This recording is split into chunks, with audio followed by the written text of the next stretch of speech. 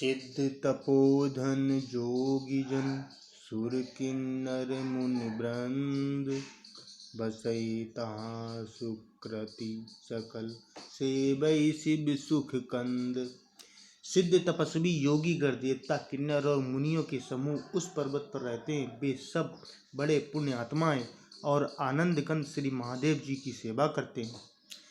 हरिहर विमुख धर्म रति नाही, ते नर तहि सपनेउ नहीं जाई। तेहि गिरि पर्वत बिटप विशाला, नित्य नूतन सुंदर सब काला।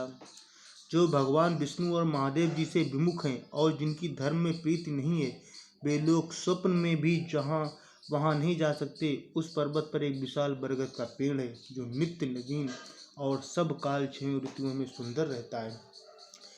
त्रिविध समीर सुशीतली छाया, शिव विश्राम बिटप सुरति गाया। एक बार तेहि तर प्रभु गयु, तर बिलो की उर अति सुख भयु। वहाँ 3 प्रकार की शीतल मंद और सुगंध वायु बहती है और उसकी छाया बड़ी ठंडी रहती है।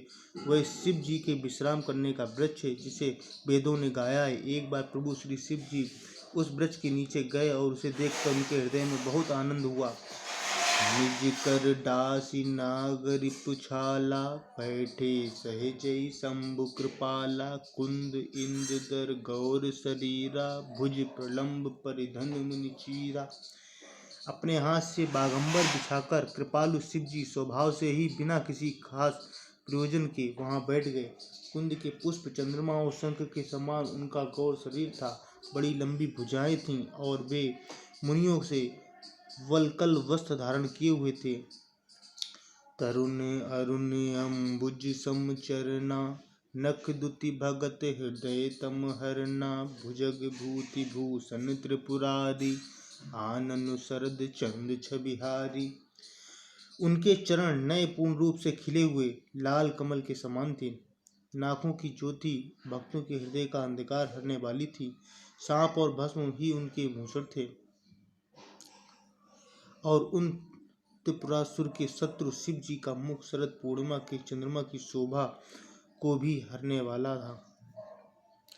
जटा मुकुट सुर सारित सिर, लोचन नलिन विशाल। नीलकंठ लावण्य निधि, शोभाल विधु भाल। उनके सिर पर जटाओं का मुकुट है और गंगा जी थीं। कमल के समान बड़े बड़े नेत्र थे। उनका नीलकंठ था और वे सुंदरता के भंडार थे। उनके मस्तक पर द्वितीया का चंद्रमा शोभित था।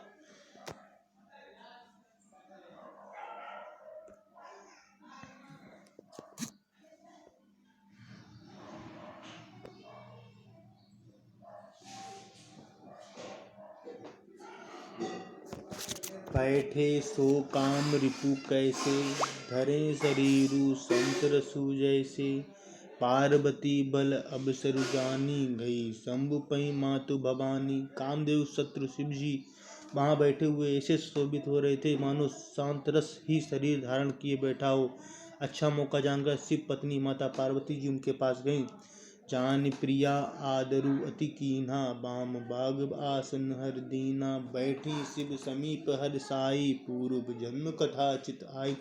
अपनी प्यारी पत्नी जानकर शिव जी ने उनका बहुत ही आदर सत्कार किया और अपनी बाईं ओर बैठने के लिए आसन दिया।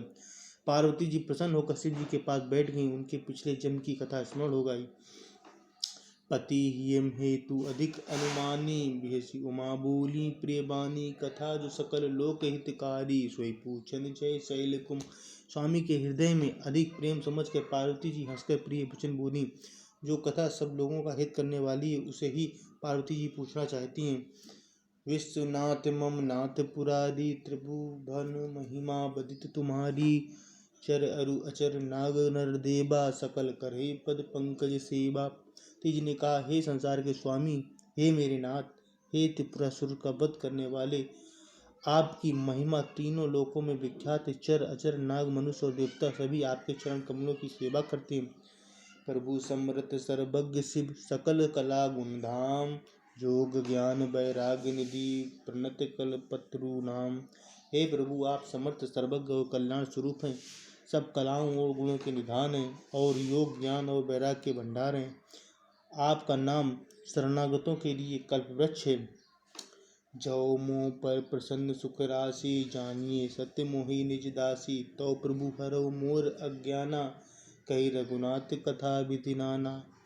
हे सुख की राशि, यदि आप मुझ पर प्रसन्न हैं और सचमुच मुझे अपनी दासी या अपनी सच्ची दासी जानते हैं, तो हे प्रभु आप श्री रघुनाथ जी की नाना प्रकार की कथा कहकर मेरा ज्ञान दूर कीजिए।